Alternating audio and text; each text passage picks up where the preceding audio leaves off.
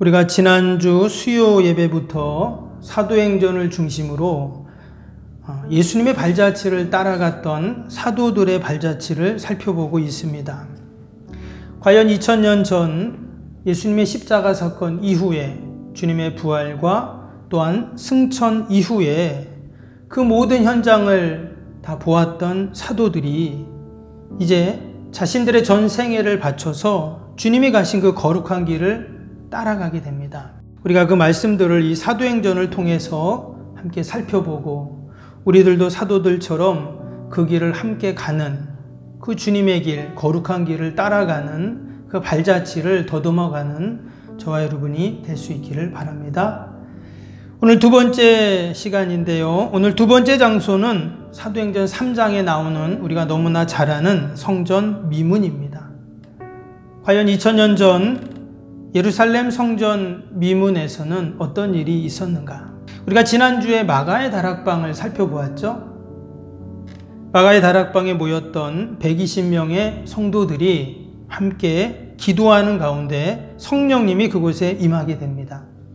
급하고 강한 바람처럼 불의 혀처럼 성령님이 그 현장에 임해가지고 그들이 다 성령 충만했다고 기록되어 있습니다. 그때부터 놀라운 일들이 일어나게 되죠. 한 번도 가보지도 않고 알지도 못하는 그 지역의 말로 사람들이 기도를 하기 시작합니다. 그것은 어떤 기도라고 했어요? 복음을 전하는 기도라고 했죠. 또한 그들은 한 번 사도 베드로가 복음을 전하면 한 번에 3,000명씩 어찌할꼬 회개하면서 주님께 사람들이 돌아오는 그런 놀라운 일들이 또 일어나게 됩니다. 또 사도들을 통해서 많은 기사와 표적들이 나타나고 뿐만 아니라 이제 예수님을 믿는 자들이 모든 물건을 서로 통용하고 또 서로의 필요에 따라 나눠주고 날마다 성전에 모이기를 힘쓰고 하나님을 찬양하고 또 백성들에게 칭송을 받고 구원받는 사람들이 날마다 더해지는, 그래서 초대교회가 시작되는 놀라운 일들이 일어나게 됩니다. 그래서 그 마가의 다락방이 어떤 곳이라 했어요? 교회라 했죠. 예루살렘 교회가 바로 이 마가의 다락방입니다. 최초의 교회가 시작이 된 것이죠. 우리가 지난주에 이 사도행전 2장에 나오는 마가의 다락방 초대교회를 우리가 살펴보았는데요. 이제 오늘 3장에서는 그 교회가 시작이 되고 공식적으로 처음으로 일어났던 치유 사건을 소개하고 있습니다. 과연 이 치유 사건과 사도들의 발자취와는 어떠한 연관이 있는가? 먼저 오늘 이 치유 사건이 있었던 현장이 미문이라고 그렇게 되어 있죠. 이 미문이라는 곳이 어떤 곳인가 먼저 잠깐 살펴보면, 미문은 말 그대로, 이름 그대로 아름다운 문이다라는 그런 뜻입니다. 근데 겉으로 보기에는 평범한 문처럼 보이지만 사실 그 안에를 보면 상당히 화려한 그러한 문입니다. 사진을 한번 잠깐 보여드리면 이게 지금 예루살렘 성벽입니다. 남아있는 성벽인데 저 멀리 보면 이렇게 문이 있죠. 문이 있는데 저 문이 바로 미문이다, 이렇게 지금 알려지고 있습니다. 예루살렘 성벽에는 총 7개의 문이 있었는데요. 성벽 동편에 있는 이 문이 바로 미문, 가장 아름다운 그러한 문이었습니다. 이 성벽, 예루살렘 성벽 문을 이제 넘게 되면, 들어가게 되면 그 다음에 성전의 이방인 뜰과 여인의 뜰로 들어가게 됩니다. 그러니까 저 문을 열고 들어가면 바로 성전으로 들어가게 되는 것이죠. 그래서 이 문을 다른 말로 하면 골든 게이트라고 합니다. 황금문이다, 이렇게 이야기를 하고, 또 문이 2개가 이렇게 있잖아요. 그래서 더블 게이트, 2개의 문이다, 이렇게 이야기도 합니다. 이 황금문, 골든 게이트라고 했던 이유는 뭐냐면, 말씀드린 것처럼 이 문을 열고 들어가면 그 문의 안쪽에 황금과 청동으로 그렇게 장식이 되어 있습니다. 그래서 이제 우리말 성경에는 미문, 아름다운 문이다, 이렇게 이제 번역을 해 놓은 것입니다. 역사자인 요세푸스가 이 문을 가리켜서 뭐라고 했냐면, 은으로 도금되고 금으로 장식한 여타의 문들보다 훨씬 더 진귀한 성문이었다. 아름다울 뿐만 아니라 웅장하고 장엄하기까지 했다. 이렇게 역사학자가 기록을 하고 있습니다. 그래서 미문이라는 이름이 붙여진 거예요. 또 하나는 더블 게이트라고 해서 지금 문이 두 개가 이렇게 있는데 하나는 회개의 문, 또 하나는 자비의 문, 이렇게 이야기를 합니다. 이제 자료를 보면 들어갈 때는 오른쪽으로 들어가고 나올 때는 왼쪽으로 이렇게 나왔다고 되어 있습니다. 그런데 슬픈 일을 당했던 사람들은요, 다 오른쪽으로 들어가는데 왼쪽으로 들어가서 오른쪽으로 나왔다고 해요. 그러면 여러분, 사람들이 다 그냥 나오는 쪽으로 지금 들어가게 되면 어때요? 서로 부딪히겠잖아요. 그래서 당연히 불편한데, 당시 성전을 드나드는 이 사람들은요, 그렇게 반대로 들어오는 사람들을 보면서 불평하는 것이 아니라 도리어 저 사람 어떤 슬픈 일을 당했나 보다 라고 생각하면서 도리어 길을 비켜주었다고 합니다. 그리고는 속으로 하나님, 저들에게 하나님의 위로가 넘치게 하옵소서 하는 위로와 축복을 해 주었다고 합니다. 그래서 이 미문을 가르쳐서 자비의 문, 또 회개의 문이라고 이렇게 부른 것이죠. 근데 이 문은요, 지금은 굳게 닫혀 있습니다. 역사를 보면 한 1500년경에 이슬람들이 예루살렘에 쳐들어와서 저 문을 닫아버렸다는 거예요. 근데 또 유대인 전통을 보면 이 문이 하나님이 닫았다는 겁니다. 그래서 다시금 메시아가 오면 이제 저 문이 열린다는 거예요.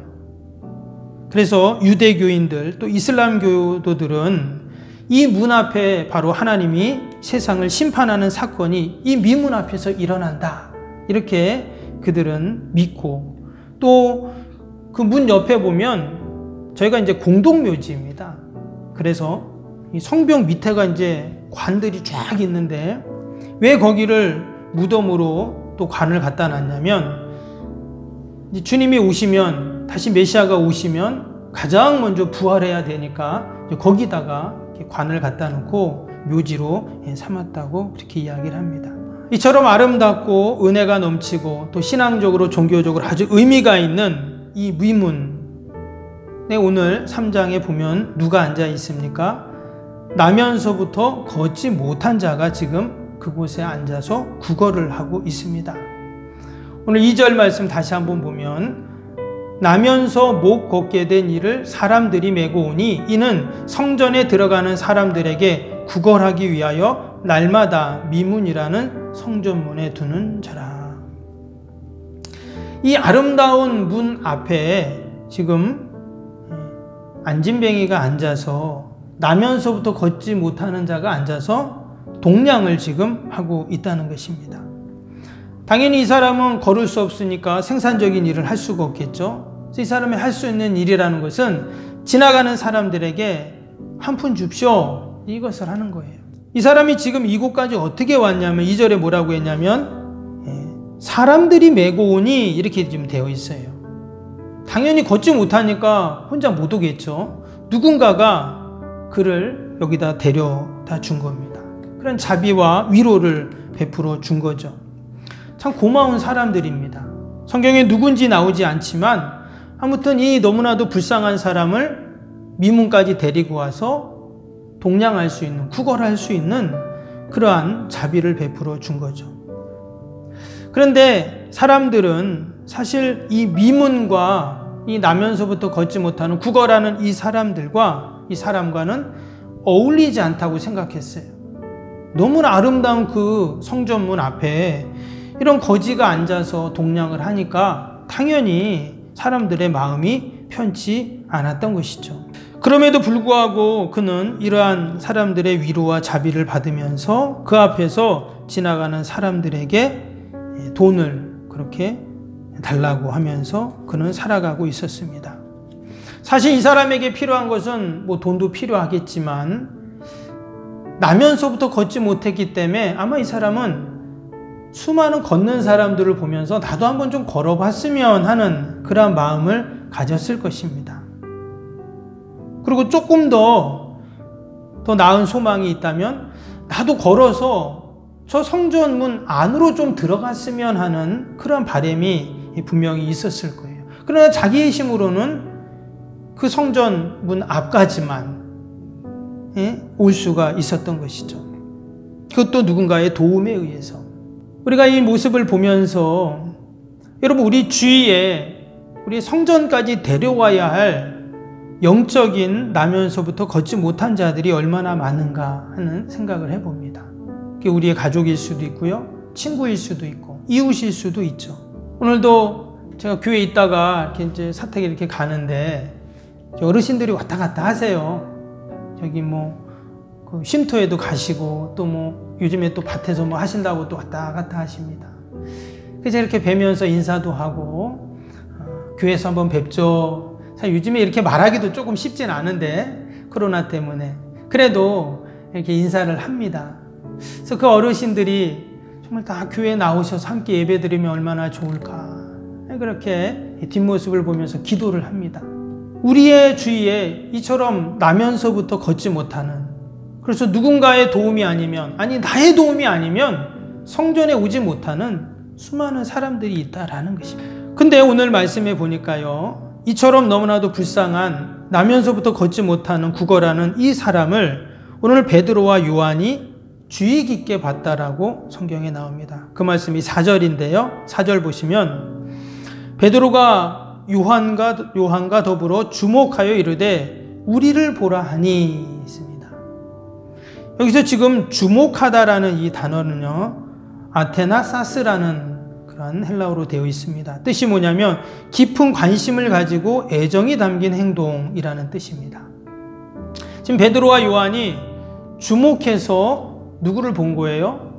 그 미문에 앉아있는 나면서부터 걷지 못한 자를 본 겁니다. 그곳을 지나가는 사람들은 다 그 사람을 보았을 것입니다. 그러나 베드로와 요한처럼 주목해서 보진 않죠. 그냥 스쳐가면서 보는 겁니다. 그런데 베드로와 요한은 그를 주목해서 깊은 관심을 갖고, 저 사람도 함께 성전에 가야 할, 예수님을 믿어야 할 그런 영혼으로 그를 바라봤다라는 것입니다. 뒤에 보면 이제 이 나면서부터 걷지 못한 자가 치유받게 되죠. 놀라운 기적을 경험하게 되는데, 그럼 어떻게 이러한 치유의 역사가 일어날 수 있었는가? 기적이 일어날 수 있는가? 바로 영혼을 사랑하는 마음으로부터 여러분 시작이 되었는 줄로 믿습니다. 베드로와 요한이 그를 주목해 봤어요. 여러분, 우리의 주위에 있는 나면서부터 걷지 못하는 영적인 많은 불구자들이 있습니다. 우리가 그들을 베드로와 요한처럼 주목해서 봐야 할 줄로 믿습니다. 그럴 때 거기에 놀라운 기적의 역사가 일어난다는 것이죠. 근데 오늘 말씀을 보면은요, 그 나면서부터 걷지 못하는 자가 일어나는 과정 가운데 참으로 귀한 그러한 일들이 있게 됩니다. 원래는 이 사람이 베드로와 요한한테 무엇을 달라고 지금 이렇게 이야기를 하고 있어요. 3절을 봅니다. 그가 베드로와 요한이 성전에 들어가려 함을 보고 구걸하거늘, 이렇게 지금 나왔죠. 당연히 나에게 좀 도움을 달라고 이야기를 하고 있습니다. 근데 베드로와 요한이 어떻게 했다고요? 이어지는 말씀에 보면 6절에 베드로가 이르되 은과 금은 내게 없거니와 내게 있는 이것을 내게 주노니 나사렛 예수 그리스도의 이름으로 일어나 걸으라 하고, 그리고 나서 이어지는 7절, 8절, 9절 이어지는 말씀에 보니까 이 사람이 일어나서 걷고 뛰고 하나님을 찬양하는 이 놀라운 구원의 역사를 경험하게 됩니다. 지금 이 나면서부터 걷지 못하는 자가 누구를 만난 것입니까? 사실 베드로와 요한을 만났지만 더 정확히 말하면 이 사람은 하나님을 만난 것입니다. 할렐루야. 원래는 하나님을 만나려면 어디로 가야 됩니까? 지금 성전으로 들어가야 되잖아요. 성전으로 들어가야 되는데 이 사람은 성전에 들어갈 수 없기 때문에 늘 하나님을 만날 수가 없었죠. 그런데 지금 이 사람이 어떻게 이러한 놀라운 구원의 역사를 경험하게 됐는가? 예수 그리스도의 이름을 선포하고 그곳에서 지금 하나님을 만나게 됐다라는 것을 이야기하는 것입니다. 그러면 원래 하나님은 어디 계시다고요? 성전에 계시다 했잖아요. 근데 지금 이 사람은 성전 밖에 있는데 성전 밖에서 하나님을 만난 것입니다. 즉 다른 말로 하면 하나님이 성전에서 나오셨다는 거예요.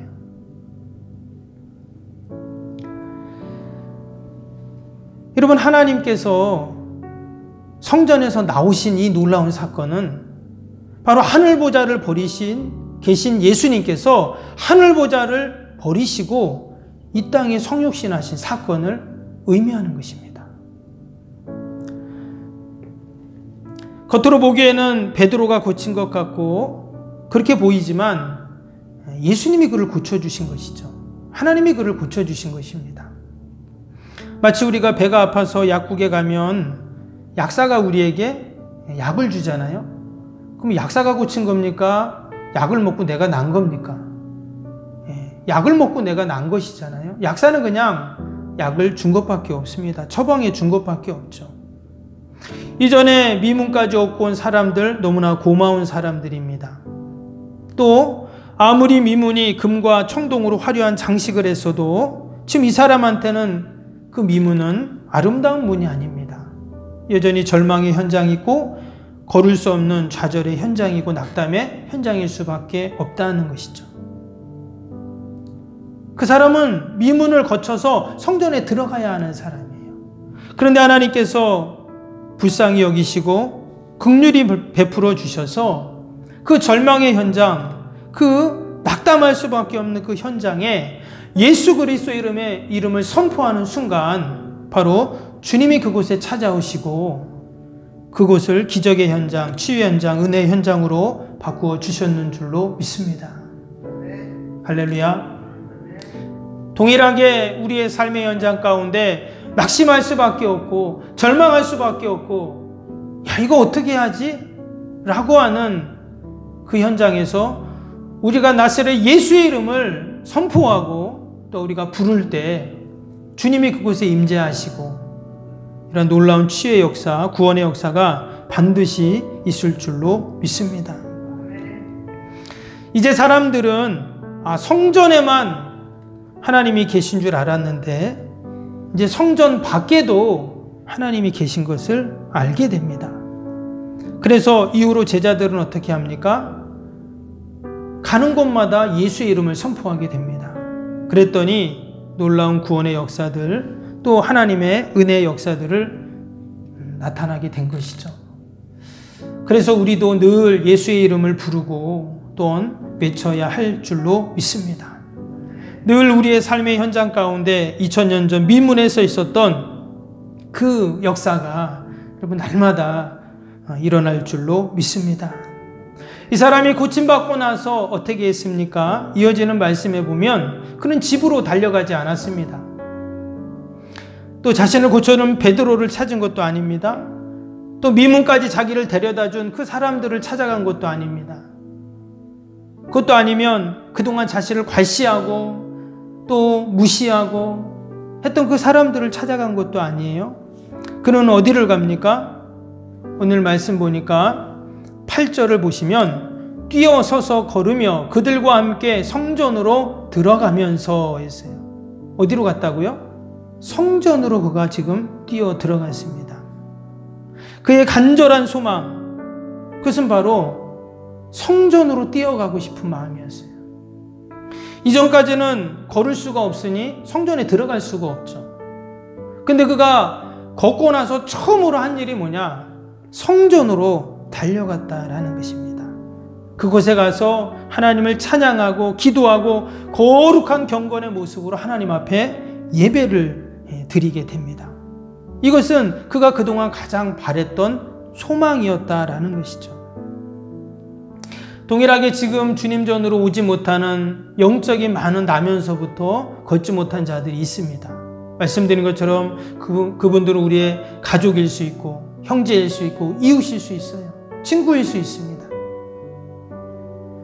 여러분 그들도 걷게 되면 성전으로 우리처럼 달려와서 하나님을 찬양하고 경배하고 싶어 할 거예요. 그러나 그들이 영적인 눈이 가려지고 영적으로 잠을 자고 있으니 그것을 할 수가 없는 것이죠. 여러분 자고 있는 사람은 누가 깨워야 됩니까? 먼저 깬 사람이 깨워야 되잖아요. 바로 저와 여러분이 깨워야 할 줄로 믿습니다. 지난 겨울 추웠던 모든 땅을, 또 다 잠자던 나무들, 새싹들을 어떻게 해요? 어제 그제 얼마나 비가 오고 바람이 불었습니까? 바람과 비가 막 깨우는 거예요. 이제 여러분 다음 주 돼보세요. 어떻게 될까요? 아마 새싹들이 막 올라올 겁니다. 저와 여러분이 잠자는 영혼들을 깨우는 여러분 은혜가 있기를 바랍니다. 이제 이 사람은 날마다 성전에 갔을 것입니다. 누가 성전에 가라고 말하지 않아도, 좀 기도 좀 해라 말하지 않아도, 좀 성전에 가서 예배 좀 드려라 말하지 않아도 아마 이 사람은 날마다 성전에 갔을 거예요. 사실 원래 이 사람은 날마다 성전에 갔어요. 그러나 들어가진 못했어요. 근데 이제는 어때요? 당당하게 뛰어서 성전을 들어가는 것이죠. 여러분, 저와 여러분은 늘 당당하게 또 뛰어서 성전에 올 수 있는 이 은혜가 여러분 복인 줄로 믿습니다. 할렐루야. 근데 오늘 말씀을 보면은요, 그 모든 이 치유의 역사, 구원의 역사의 시작이 어떻게 시작됐냐면, 오늘 1절 말씀을 다시 보시면 이렇게 시작이 됩니다. 제9시 기도 시간에 베드로와 요한이 성전에 올라갈세. 여기 보면 제9시라고 나왔는데, 제9시는 우리로 치면 오후 3시를 말합니다. 성경에 나오는 유대인의 전통적인 시간들, 3시, 또 6시, 9시, 이것은 우리로 치면 오전 9시, 12시, 3시 이렇게 이제 되는데요. 근데 그 시간이 어떤 시간이라고 했냐면 기도 시간에 이렇게 말을 했잖아요. 그러니까 정해진 기도 시간에 베드로와 요한이 성전에 지금 가고 있습니다. 당연히 기도하기 위해서 가고 있겠죠. 지금 이 초대교회 최초의 그 치유의 기적 역사가 언제 일어났냐면 바로 지금 베드로와 요한이 기도하러 갈 때 일어났다는 거예요. 지금 기도하고 난 다음에 이런 일이 일어난 것도 아니고 언제 일어났다고요? 성전에 올라갈 새. 성전에 지금 가고 있는데 성전 미문에서 이 일이 일어난 거예요. 여러분, 하나님은 우리가 간절히 기도한 다음에도 우리의 기도를 응답해 주시지만 때로는 우리가 기도하러 가는 중에도 하나님이 역사해 주시는 줄로 믿습니다. 아멘.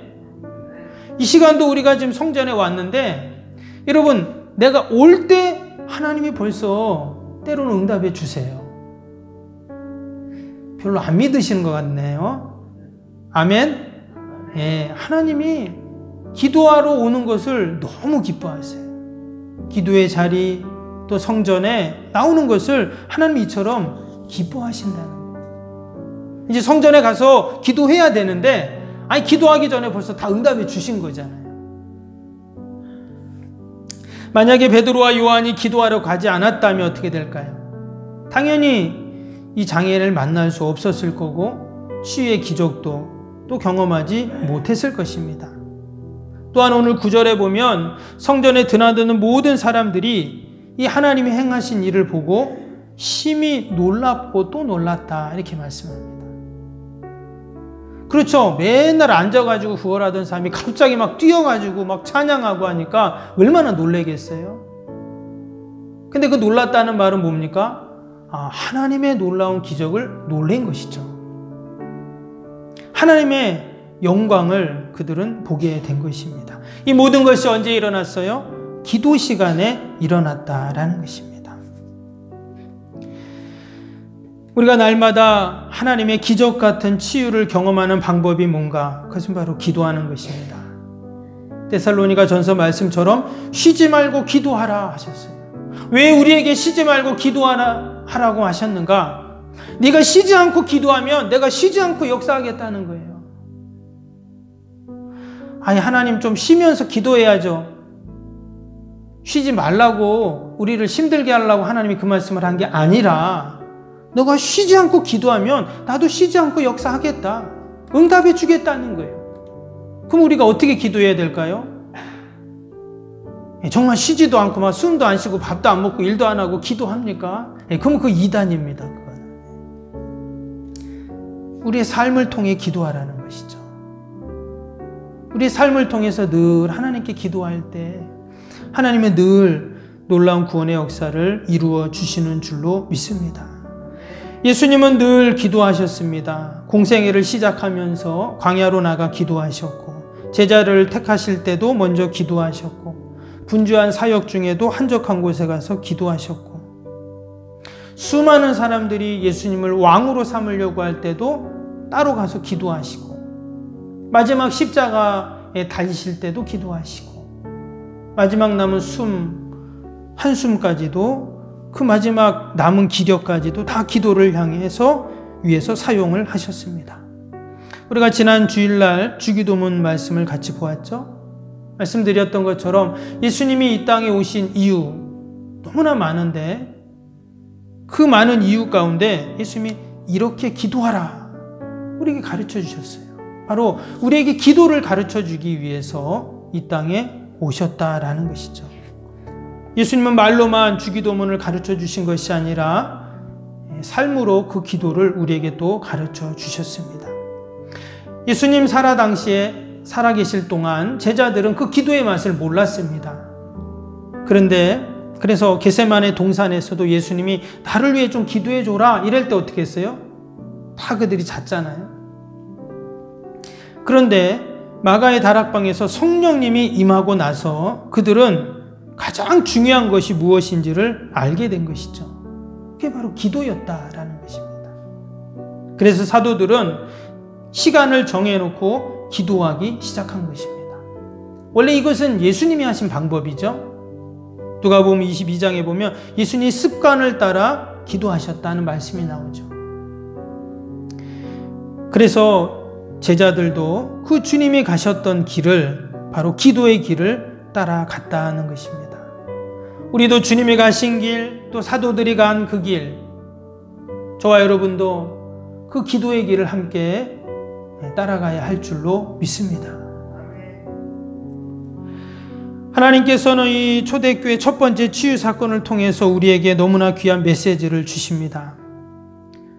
나면서부터 걷지 못한 자가 고침받은 것도 너무나 귀한 일이지만, 그보다 하나님은 기도를 통해서, 기도의 사람들을 통해서 이러한 모든 일들을 이루신다라는 것입니다. 아무리 암담하고 처참한 불가능해 보이는 상황들도 또 우리가 기도하면, 그것에 기도의 씨앗을 심으면 그것이 소망의 현장이 되고 또 응답의 현장이 될 줄로 믿습니다. 아무리 추운 겨울이 있어도 여러분, 봄바람이 불면 어떻게 됩니까? 모든 얼음은 녹고 또한 따뜻한 새봄이 오게 되어 있습니다. 우리가 함께 기도할 때 우리의 인생 가운데 그러한 놀라운 봄날이 올 줄로 믿고, 우리가 늘 나사렛 예수 그리스도의 이름을 선포하고, 또한 우리가 늘 하나님을 만나는, 경험하는 저와 여러분이 되시기를 주님의 이름으로 축복합니다. 기도하겠습니다. 사랑과 은혜가 충만하신 하나님 아버지, 감사합니다. 나면서